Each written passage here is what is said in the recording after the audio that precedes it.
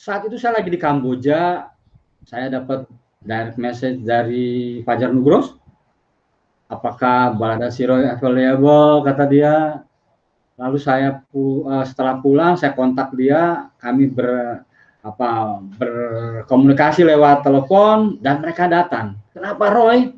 Karena ada Boy, ada Lupus, ada nama-nama yang Ali Topan dan sebagainya, ada nama-nama yang mudah-mudahan antitesa dari Boy. Saya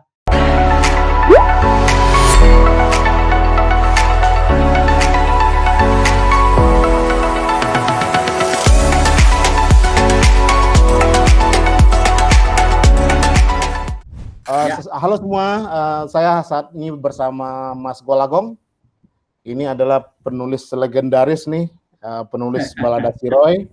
Balada Siroy adalah cerita bersambung yang sangat populer pada kurun waktu akhir 80-an sampai 90-an. Dimuat secara bersambung di majalah Hai. Saya salah satu fans berat dari Balada Siroy. Jadi buat saya Balada Siroy adalah salah satu pahlawan saya di masa kecil lah, ya. Karena saya juga senang nulis, jadi Balada Siroy menjadi salah satu bacaan penting buat saya untuk belajar bagaimana sih merangkai cerita dan juga menulisnya sekalian.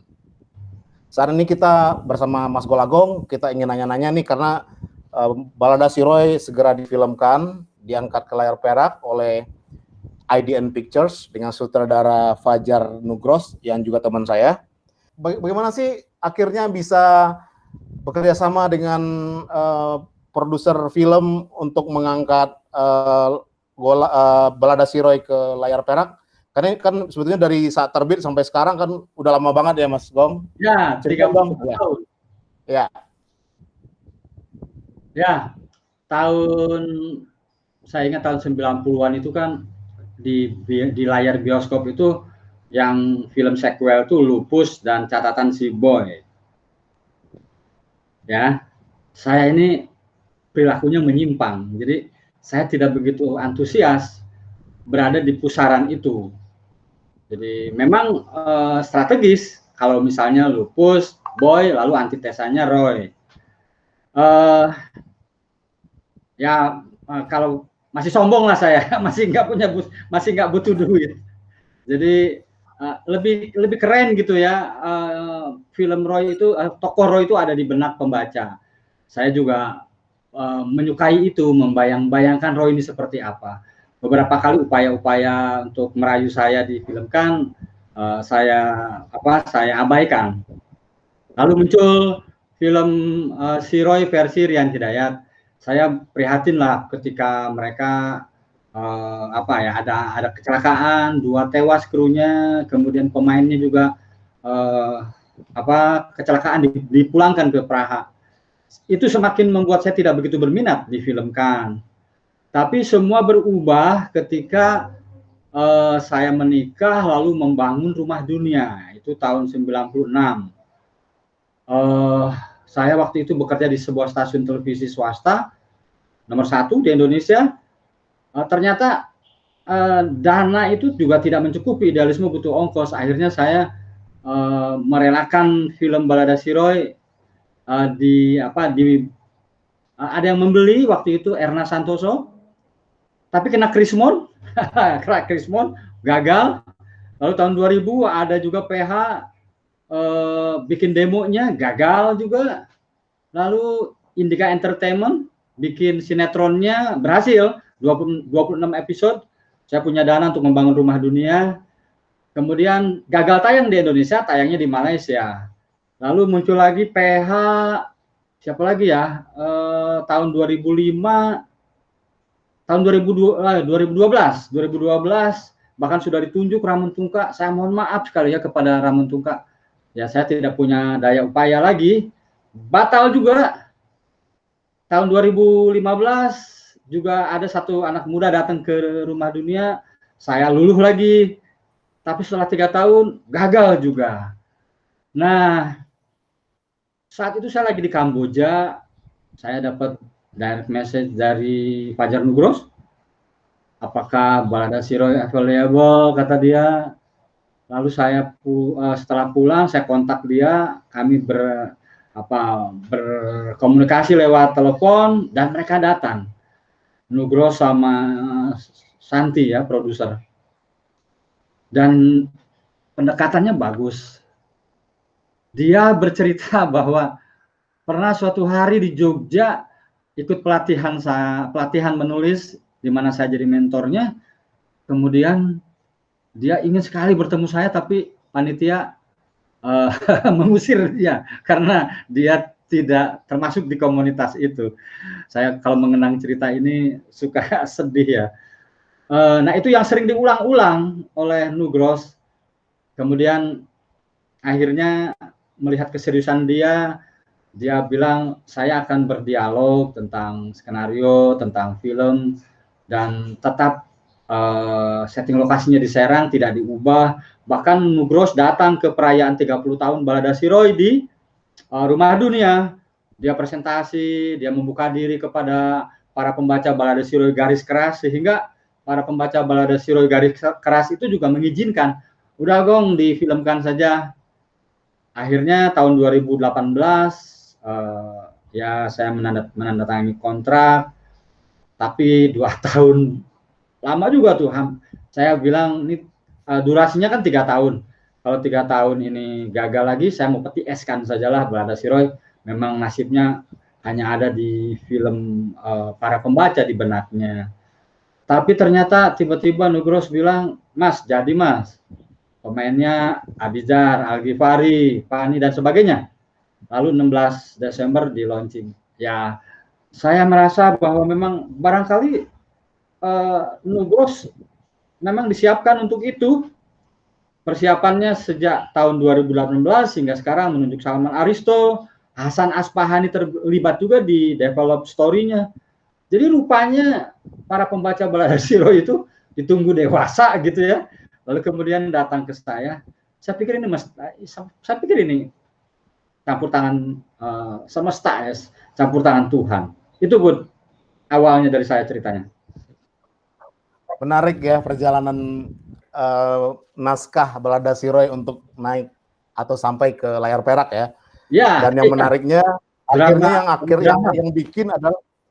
yang bikin adalah orang-orang yang memang dulu pembaca setia Balada Siroy ya. Iya.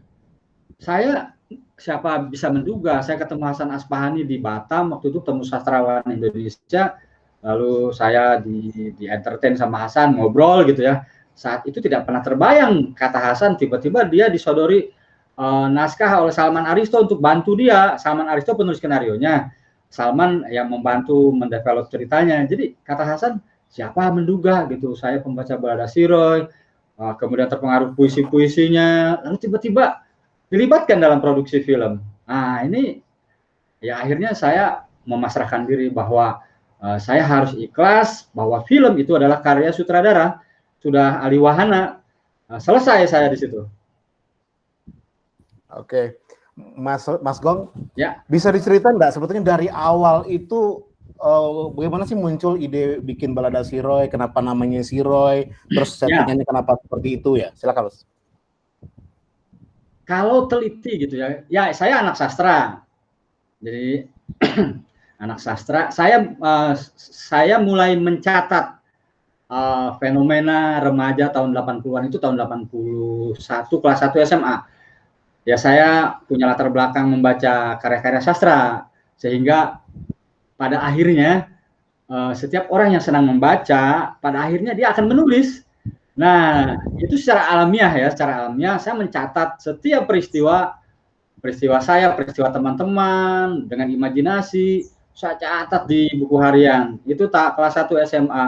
Saya juga menulis puisi untuk media waktu itu, tapi belum serius lah, belum memakai nama yang akan fenomenal misalnya. Jadi persyaratan untuk menjadi seorang penulis belum saya tempuh secara serius, tapi saya mencatat. Kemudian kuliah di sastra ya kan, memperdalam ilmunya.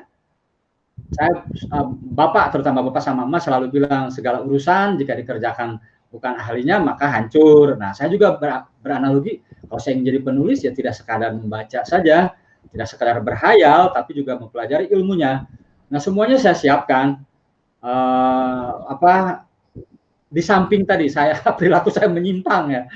Jadi kalau Ki Hajar Dewantoro bilang bahwa jebolah satu dinding agar para pelajar melihat cakrawala, kalau saya menjebol 4-4-nya, lari dari sekolah. Jadi sebetulnya Balada Siro itu adalah satu protes saya pada sebuah sistem. Tapi saya punya idealisme yang harus menghasilkan uang. Karena saya waktu itu pada posisi tersudut sebagai orang cacat, tangan saya satu ya, saya tidak bisa memiliki kebebasan mendapatkan pekerjaan yang layak. Semuanya diskriminatif. Nah, saya waktu itu memilih menjadi seorang penulis karena tidak memiliki persyaratan apapun. Nah, jadi ketika saya kuliah di sastra, lalu saya terpengaruh bacaan, Ayi Prosidi itu ya, sangat heroik, dia meninggalkan bangku sekolah. Saya pikir bukan ijazah yang saya ambil, maka saya meninggalkan kuliah. Dan memang kuliah saya juga tidak luar biasa, banyak hutang. Kata saya, sudahlah, sudah dapat ilmunya. Nah, saya traveling, menuntaskan penelitian saya, traveling 2 tahun mengelilingi Indonesia, ingin mengambil ruh seorang petualang tadi. Apa sih yang didapat seorang petualang di jalan, di gunung, di pantai, saat senja, saat purnama, saat rindu, saat cinta lokasi, semuanya saya cari dan saya dapatkan. Yang kemudian 2 tahun saya pulang ke rumah, jadi di rumah tuh Oktober 87. Saya berpikir buku-buku musik semuanya saya setel, saya buka referensi, berkarung-karung buku harian yang saya tulis selama 2 tahun, saya kirim di berbagai kota, saya buka, lalu disitulah saya ketemu artikulatornya, seorang remaja bernama Roy. Kenapa Roy?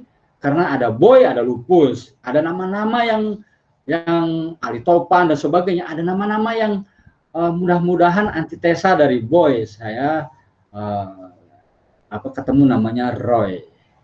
Jadi Roy itu di dalamnya ada sosiologi, antropologi, ada filsafat, ada sejarah, ada macam-macam disiplin ilmu, filsafat, agama, religiusitas, ya, dan yang semuanya saya coba blend, saya coba campur, dan saya yakin saat itu Gramedia adalah kepanjangan tangan saya untuk mendistribusikan segala ide tadi.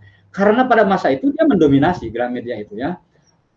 Hampir, karena saya saat traveling itu di mana-mana saya nemuin itu. Baca majalah Lupus lagi. Ya, saat itu Lupus memang. Jadi kayaknya saya harus mensosialisasikan puisi atau pepatah-pepatah atau quote-quote, dan hanya Gramedia yang sanggup waktu itu. Dan itu akhirnya terbukti berhasil. Jadi sekali lagi, Balada Siro ini adalah salah satu strategi saya mensosialisasikan sastra. Saya menyebutnya sastra transisi. Sebelum orang baca Iwan Simatupang, baca Pramudia, baca dan sebagainya lah, dia harus dipandu oleh satu tulisan berjenjang gitu ya, yang sebelum masuk ke sastra. Karena berbahaya jika orang tiba-tiba langsung ya bisa konslet. Nah, itu sebetulnya jadi satu strategi sebagai anak sastra, saya punya tanggung jawab moral mengenalkan mengajak orang untuk mencintai puisi dan sebagainya. Begitu, Bud. Oke, Mas Gong. Terima kasih banget, ini diskusinya sangat menarik. Sukses buat filmnya, Mas Gong.